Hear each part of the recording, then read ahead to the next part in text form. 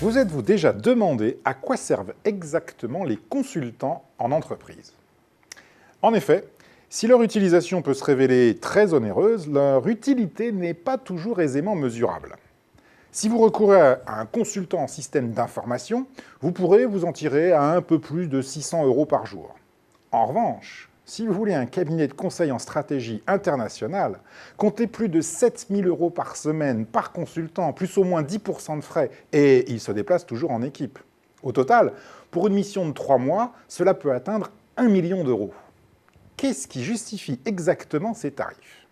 En fait, il existe fondamentalement 3 motivations pour recourir à des consultants.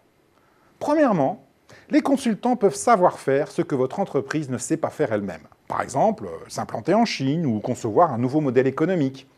Les consultants apportent alors ponctuellement un surcroît de compétences et, même si leurs honoraires sont élevés, cela peut se révéler au total moins coûteux que de recruter des profils équivalents.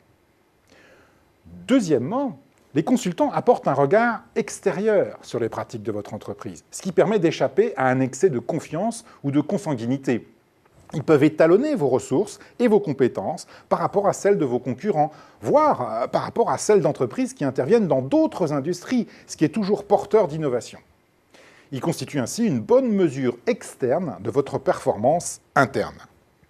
Troisièmement, et c'est aussi une motivation qu'on rencontre de temps à autre, les consultants sont utilisés comme atout dans les jeux politiques de votre entreprise. Ils peuvent par exemple crédibiliser des décisions déjà prises, mais qui seraient moins facilement acceptées si elles ne portaient pas leur logo prestigieux.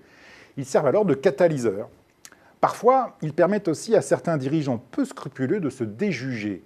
Ceux qui refusent d'endosser la responsabilité de décisions difficiles seront toujours heureux de payer des consultants pour leur faire à leur place. Le principal attrait du métier de consultant en stratégie, c'est de côtoyer au quotidien des problèmes qui relèvent d'une direction générale. On y apprend donc beaucoup et c'est très stimulant. Le principal inconvénient du métier de consultant en stratégie, c'est que le consultant n'est que consultant, il n'est pas décideur. Cela peut se révéler très frustrant.